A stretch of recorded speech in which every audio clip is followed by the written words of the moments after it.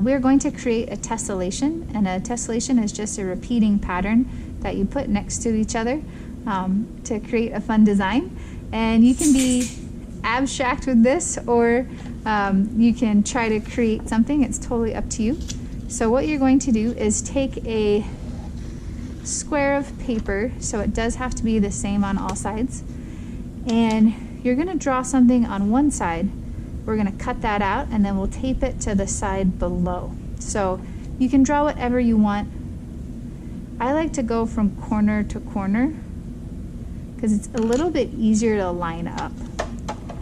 It's really important as you cut this that you cut in a smooth line, because you want this whole entire piece to come off, and then we're going to tape it to the bottom. And there's a little trick with taping it that I'll show you guys. If you don't follow directly on your pencil lines, that's okay. I'm not following directly on mine either.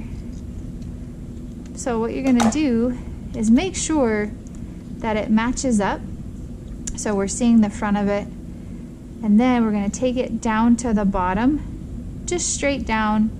We can still see our pencil lines on both sides.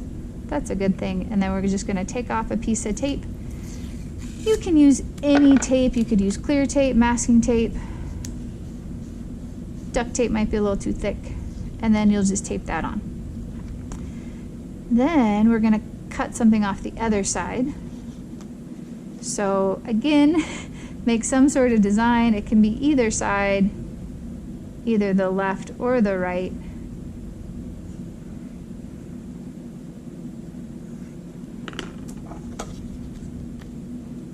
And cut it smooth.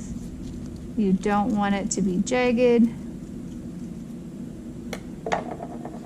And then again, we're going to line that up here, take it straight across, and put it on the other side.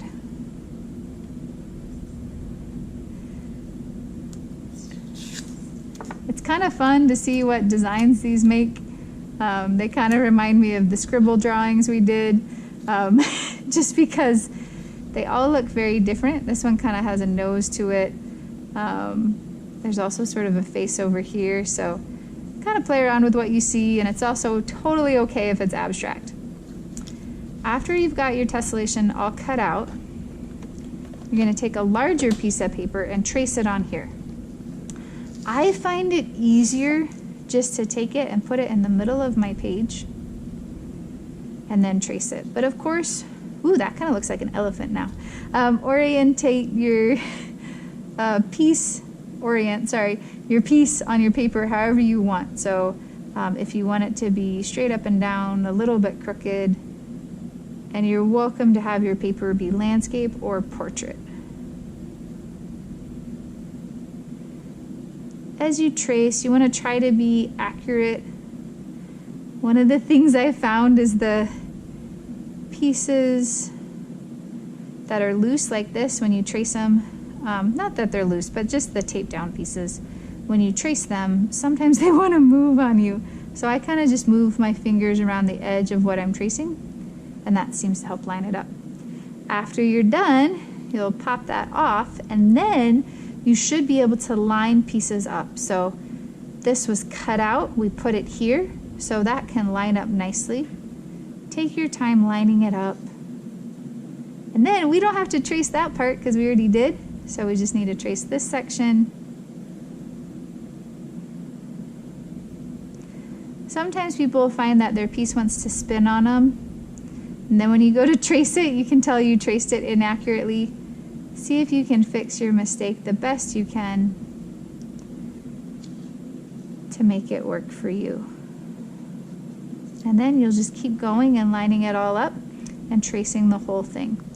So here's an example of one that I did in class. I cut it and then laid it down, traced it. When I was done tracing it, then I got to paint it. And you can have fun painting this. This one I kind of tried to make a cat face on. I still need to finish painting.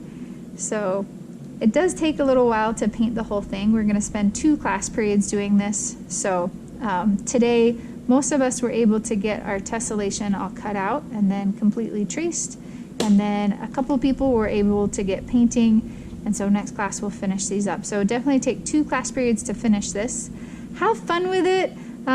It's neat to be able to paint one section and move around as you're waiting for it to dry, so you can spin your paper as you're painting. It goes pretty quickly.